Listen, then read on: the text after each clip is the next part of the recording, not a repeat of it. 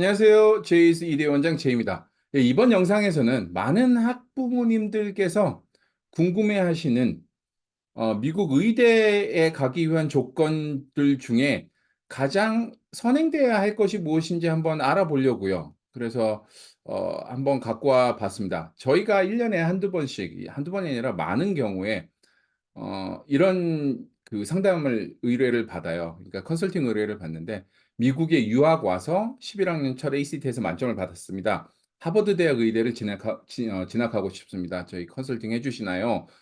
그렇게 그 질문을 보내주시는 학부모님들이 많으셔서 그 여러 가지들 중에 이야기들 중에 오늘은 첫 번째로 미국에 있는 의대를 가기 위해서는 어떤 게 필요한지 한번 알아보도록 할게요. 보시다시피 예 같은 질문이죠. 저희가 이런 질문을 1 년에 여러 번 받는다고 말씀드렸잖아요. 뭐 미국으로 유학 온 11 학년 학생인데 뭐 첫 번째 ACT에서 30중 받았는데 하버드 의대 가고 싶습니다. 혹은 뭐 지금 미국에서 그 공부하고 있는 학생인데 지금 SAT를 1580 받았습니다. 어느 대학 의대를 가고 싶습니다. 이렇게 말씀들을 많이 하세요. 근데 조건이 뭔지 한번 알아보도록 할게요. 요 밑에 있는 그 이 두 가지 주제는 나중에 기회가 되면 또 두 번째, 세 번째 얘기를 하면서 한번 같이 한번 이 얘기를 해 보도록 하죠. 미국에서 의대를 가는 큰 두 가지 방법이 있어요. 이제 첫 번째는 BSMD나 Guaranteed Medical이라고 불리는 이라고 불리는 한국의 의예과하고 비슷한 그런 제도예요. 그러니까 학부를 들어가면 메디컬 스쿨까지 스트레이트로 진학할 수 있는 뭐 대학별로 중간에 엔켓을 봐야 되는 경우도 있고 안 보는 경우도 있고 6 년짜리 프로그램도 있고 7 년짜리 프로그램도 있고 8 년짜리 프로그램도 있고 하지만 예 한국의 의예과처럼 학부 고등학교를 졸업하고 대학 학부를 들어가게 되면 메디컬 스쿨인 대학원까지 직행을 하게 되는 그 개런티드 프로그램이 있어요. 그 유명한 것들이 있죠. 브라운이 뭐라고 불리죠? PLM인가요? PLME 프로그램이 브라운이고요. 그다음에 케이스 웨스턴 있죠. 케이스 웨스턴이 있고 케이스 웨스턴이 뭐라고 불리죠? PPSP인가요? PPSP. 그다음에 유피츠가 있죠. University of Pittsburgh. 유피츠가 있고 그다음에 베일러가 있죠. 베일러 프로그램이 뭐 베일러 투 베일러인가 그래요, 아마. 요 프로그램들이 미국에서 최상위권에 있는 BSM이고요. 옛날에 노스웨스턴에서 있었는데 그 팬데믹 중간에 없어졌고요. 그래서 이 브라운은 제가 알기로는 한 수십 명, 케이스 웨스턴도 수십 명대 뽑고 예, 몇몇 대학들은 단 단위로 뽑아요. 그리고 뽑는 학교가 한 3-40개 정도? 요즘 조금 늘어가고 있는 추세여서 조금 늘어는 가고 있지만 늘어가고 있는 추세에서 늘어가고는 있지만 일반적으로 수십 명 뽑고 그리고 한 3-40개 대학밖에 안 되기 때문에 굉장히 문이 좁아요. 굉장히 문이 좁고 일반적으로 의대라고 하는 것은 메디컬 스쿨이죠. 메디컬 스쿨은 한국의 의전원과 비슷해요. 한국의 의학전문대학원과 비슷해서 대학원이에요. 한국의 대학원이죠. 그럼 이 대학원을 어떻게 가느냐? 대학원을 어떻게 가느냐? 대학에서 옛날에 고등학교에서 준비를 해서 좋은 대학을 가기 위해 노력을 했듯이 대학에서 그 메디컬 스쿨을 가기 위해서 노력을 하는 거예요. 일반적으로 프리레퀴짓을 먼저 들어야 돼요. 각 대학별로 이런 과목은 선행으로 이수를 해야 되고 그다음에 뭐 대학원 가기 위해서 좋은 대학 학부 성적 잘 유지해야 되고 MCAT이라고 그 메디컬 스쿨 그 저기 자격 시험이 있죠. 그다음에 MCAT을 봐야 되고 엑스트라 커리큘러 액티비티도 해야죠. 닥터 쉐링을 하거나 뭐 봉사를 하거나 하는 것들을 다 종합해서 대학원을 지원을 하는데 그 대학원이 메디컬 스쿨인 거죠. 그게 가장 미국에서 일반적인 방법이고요. 뭐 하버드 웹페이지를 들어가 보시면 이렇게 프리레퀴짓 코र्स들이 있고요. 프리레퀴짓 코र्스를 보면 뭐 비헤이비어 사이언스를 뭐 들어야 되고 바이올로지를 뭐 들어야 되고 케미스트리하고 바이오케미스트리 들어야 되고 피직스 1 year 들어야 되고 math도 들어야 되고 그다음에 writing 영어 라이팅도 1 year 들어야 되는데 뭐 AP 크레딧은 사용할 수 없다. 그러니까 뭐 대학에서 라이팅 수업을 1 년은 들어라. 이런 것들을 다 마치고 대학에서 이 과목들을 이수를 하고 그다음에 MCAT 시험을 보고 뭐 하고 하는 거예요. 그러다 보니 지금 예, 프리레퀴짓들이 많은 바이올로지하고 케미스트리를 학부에서 전공을 하고 싶어 하죠. 학부에서 이것을 전공을 하면 아무래도 아무래도 프리레퀴짓 코र्스들을 수월하게 할 수 있다고 생각을 하기 때문에 전공을 하게 되는 거고요. 근데 이 미국의 의과 대학들, 메디컬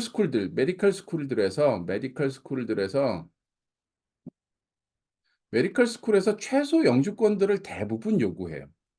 최소 영주권들을 대부분 요구하고요. 많은 주립 대학들은 그 자기 주의 학생들한테 우선권을 주는 대학들도 상당히 많이 있어요. 최소 영주권을 요구를 한다. 이 AAMC가 Association of American Medical Colleges인데, 그러니까 미국의 의과 대학 연합체겠죠. 이 AAMC에서 매년 그 의대 학생들을 어떻게 모집하는지 모집 요강을 안내하는 것들을 내는데, 그 안에 들여다보시면 UC 리버사이드의 의대는 out of state 학생들한테 별로 특혜를 주지 않고 인스티트 학생들한테 특혜를 주고, 캐나다 학생들하고 인터내셔널 학생들 둘 다 안 받고요. 그다음에 다카는 받고요. 그러니까 그 언더큐멘티드 그 학생들이죠. 언더큐멘티드 학생들을 받고요. 그다음에 스탠포드, 하버드, 존스 홉킨스는 다 받는다고 돼 있지만, 여기 보시면 그 인터내셔널 스튜던트는 자기 웹페이지에 와서 어떤 특정 규정들이 있는지를 보라고 해요. 보시면 스탠포드 메디슨에서는 다 받는다고 돼 있고요. 뭐 데카가 됐든 US 시리즌이 됐든 다 받는다고 돼 있고, 그다음에 하버드를 보시면 받는다고는 돼 있는데, 뭐 미국 foreign student who do not have bachelor advanced degree from the institution in the United States or Canada rarely accepted for admission. 그러니까 미국 대학 학위나 캐나다 대학 학위가 없을 경우에, 학부 학위가 없을 경우에는 거의 안 받는다. 안 받는다는 얘기죠. 그리고 하버드가 사실은 영주권 이상이 아닌 경우에 거의 불가능하다고 알고 있어요. 현실은 어떤지 한번 볼게요. 현실은 이제 존스 홉킨스에서 인터내셔널 학생들의 통계를 매년 이렇게 업데이트를 해줘요. 매년 업데이트를 해주는데, 요거를 자세하게 한번 확대를 해서 보도록 할게요. 1년에 신입생들이 그 의과대학, 그러니까 메디컬 스쿨들, 의전원의 신입생들이 1년에 2만 명 정도 되는데, 작년가가 아마 한 2만 2천 명 정도 합격을 했죠. 근데 이거를 엠캣을 치는 수험생들은 5만 5천 명에서 6만 명 정도 돼요. 5만 5천 명 중에 2만 명 정도가 합격을 하는 거니까, 2만에서 2만 2천 명 정도 합격하는 거니까 뭐 한 3, 40% 합격한다고 보면 되죠. 그렇죠. 되게 쉬워 보이긴 하는데, 아까 보셨던 그 프리레퀴짓을 통과를 해야 되고, 엠켓 성적도 좋아야 되고, GPA도 좋아야 되고, 그 다음에 학부도 굉장히 좋아야 돼요. 그러다 보니 굉장히 많이 걸러진 학생들이 5만 5천 명이고, 그 중에 2만 2천 명이 시험을 보는 거여서 사실은 컴페티션이 굉장히 강한 편이죠. 컴페티션이 되게 세요. 근데 2만 명에서 2만 2천 명의 메디컬 학생들이 있는데, 매년 신입생들이 있는데, 그 중에 200명 정도만이 non-US citizen, non-permanent resident다. 그 이유는 여기 밑에 보시면은 존스 홉킨스에서는 이렇게 분석을 해놨죠. 보시면 I-20를 미국 연방정부에서 받는 것 이상의 조건을 걸어 놓는다. 어떤 조건이냐면 capacity to pay tuition, 그러니까 학비를 낼 수 있는지 증명을 해라. 그 조건이 훨씬 더 까다롭고요. 어떤 대학에서는 prepay tuition for entire 4 years, 4년 동안에 모든 학비를 미리 선납을 하면 받아줄게 하는 대학도 있대요.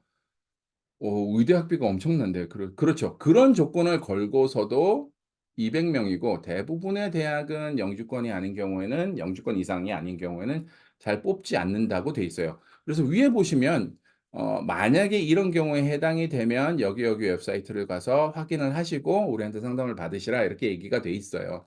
그러니까 영주권이 아닌 경우에는 굉장히 문이 좁다. 거의 불가능하다고, 현실적으로 불가능하다고 생각될 정도로 문이 좁다라고 생각을 하시면 될 것 같아요.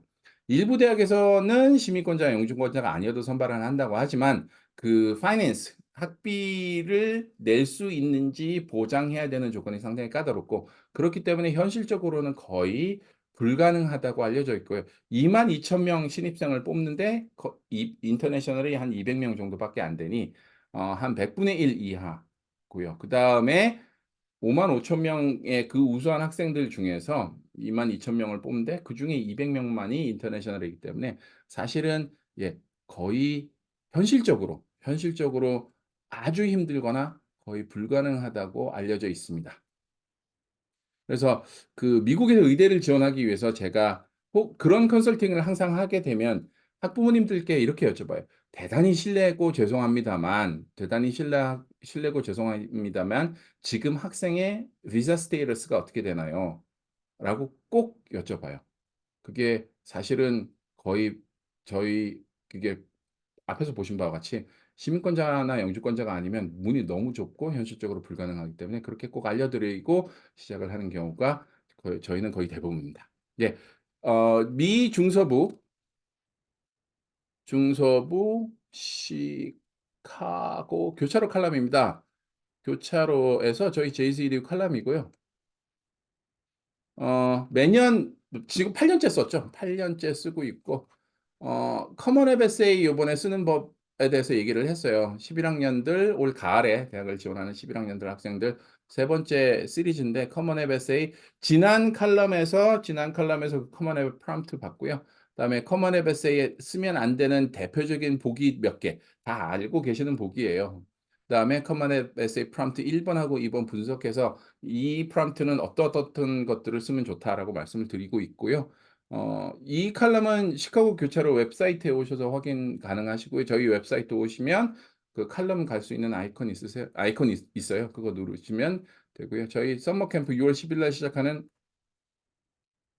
시작하는 서머 캠프 안내 밑에 광고로 나가고 있습니다. 예.